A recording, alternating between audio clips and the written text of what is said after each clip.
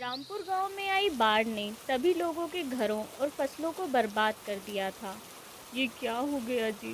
सब कुछ बर्बाद हो गया, ना फसल बची, ना ही बोने के लिए कोई भी बीज, सब बह गया।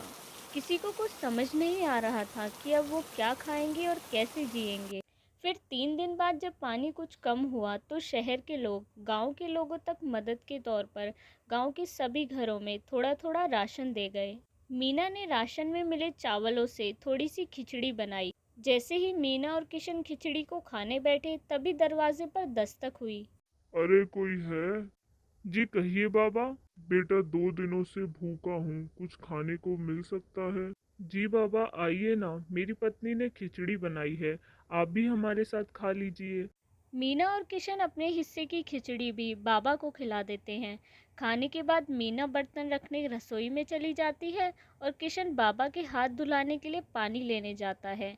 दोनों बाहर आके देखते हैं तो बाबा वहां से चले जाते हैं।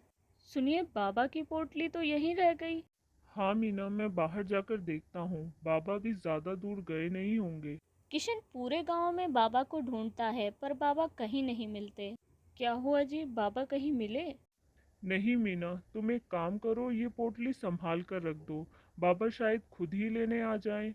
2 दिन हो गए पर बाबा अपनी पोटली को लेने नहीं आए।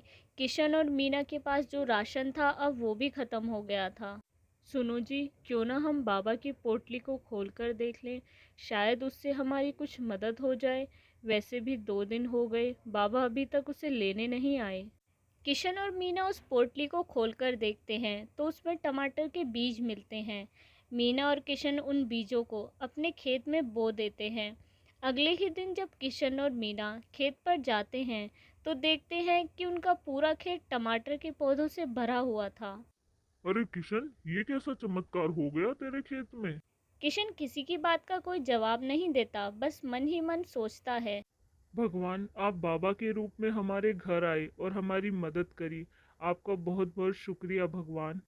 किशन और मीना गांव के सभी लोगों को अपने खेतों से टमाटर के बीज देकर उन लोगों की मदद करते हैं। एक बार फिर रामपुर गांव खुशियों से खिल उठा था।